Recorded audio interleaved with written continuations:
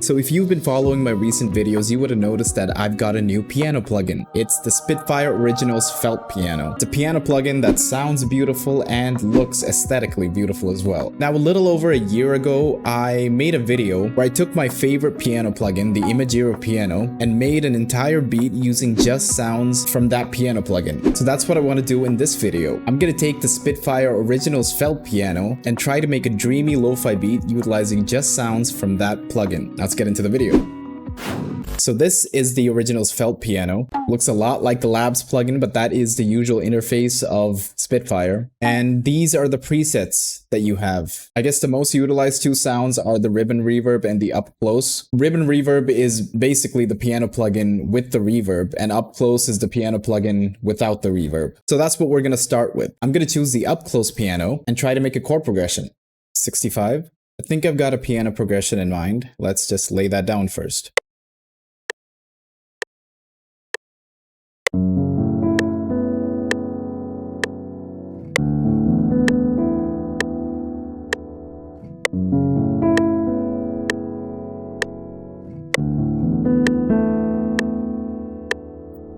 As you know, the metronome is one of my mortal worst enemies, so I'm just gonna clean it up real quick. 12 seconds later. Okay, so the piano progression is done. I've just made 4 bars. I feel like that's enough, and this is what it sounds like.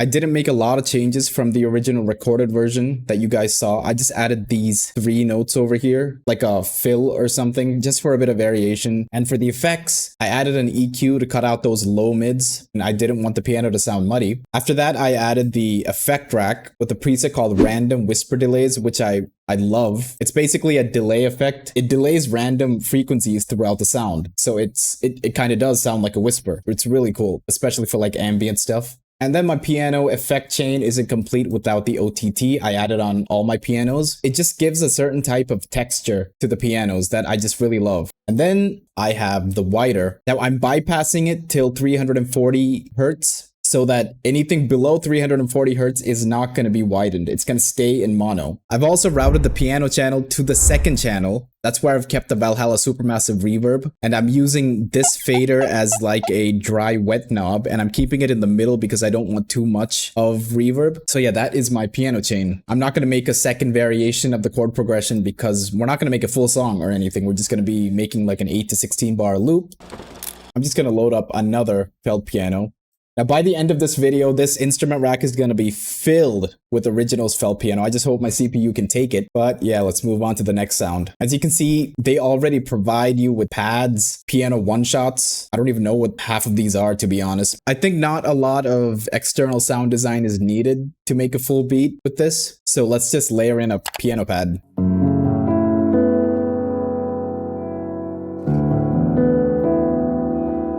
That is deathly quiet. Okay, I just finished making the pad. There wasn't much to record. All I'm doing is playing the root note and the 5th note of the scale. This is a great way to build a soundscape for your song. As you can see, I've added quite a few effects on it to make it sound the way it sounds, because I felt like the sound on its own, which sounds like this, it was too close to the piano sound, so I felt like it might clash, and I wanted it to have some sort of texture, and I wanted it to stand out. So first, what I added was a crystallizer with the wet pad preset, just to give it that little granular texture, and it immediately sets it apart from the piano. And then to enhance those textures a little bit more, I added an OTT. I boosted the highs a little bit, and the depth is in 32. And then I have an EQ, which just cuts off the lows, unwanted lows, and the highs. A Camel Fat, which is my favorite sound design plugin. Anyway, I have a preset called Smoothies, saturating the sound a little bit more. And to top it all off, I have the Ozone Imager 2, which gives it that spatial, widened sound. So combined with the piano, we have...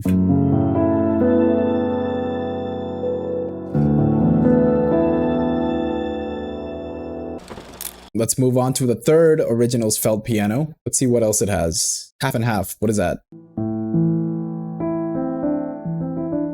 I guess it's like half the effects of the ribbon reverb and half the effects of up close. Nothing too distinct in my ear. Reverse. Ooh.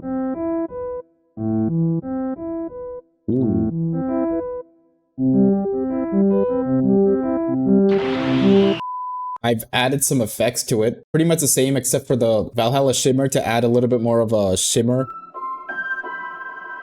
And the band saturator, which is a saturator, adds a little bit of grit, tiny bit of distortion to it. Now I just want to make some kind of arpeggio that's going to be repeating and loop throughout the entire song.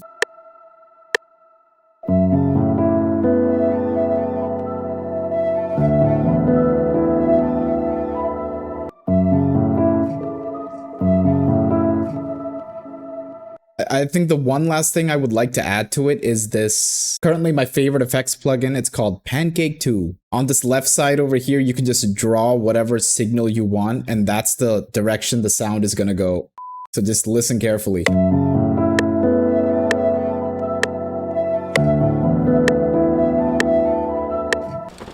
Now to our fourth felt piano. There was a short space. What is that? Guess we're just gonna be adding more layers. A few moments later.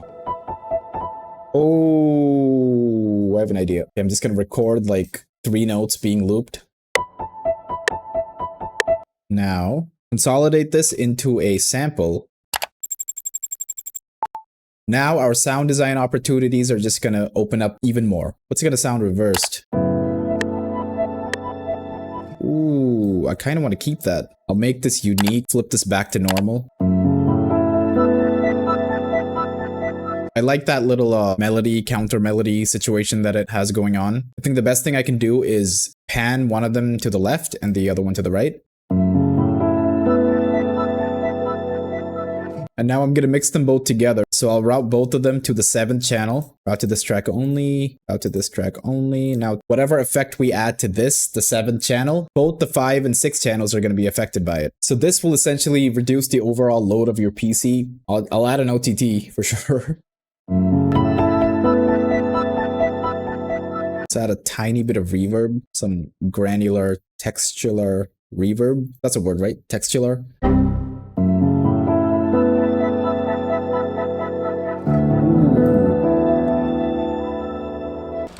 I think I have it in me to make 2 more elements, make a lead, and then we'll add the bass. And then we'll just finish it up with the drums because I honestly don't know what else to add. So for the lead, I'm going to be using the infamous ribbon reverb.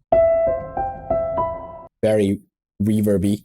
Well, duh. I think I have a basic melody in mind. It was running through my head throughout the entire song, so why not just use that?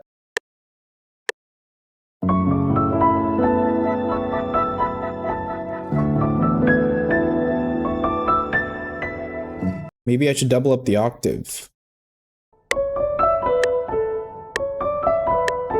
If you're gonna double up the octave like that, do what I just did. Double up the octave and then move one of the octaves slightly to the right so it has this nice little pluck sound. It'll help sit better in the mix, in my opinion. I don't want it to be that one melody repeating for like the entirety of the remainder of the song. That might get really boring. So I'll have this little tease. Just like that. I gotta admit something, the Imagiro piano is still my favorite piano plugin, but the Imagiro piano's high parts, like the high keys, don't even come close to this. My piano leads have never sounded this good before. Now, I think the last element that I'll be adding is the bass. It doesn't have a bass. I think we're gonna have to make our own bass.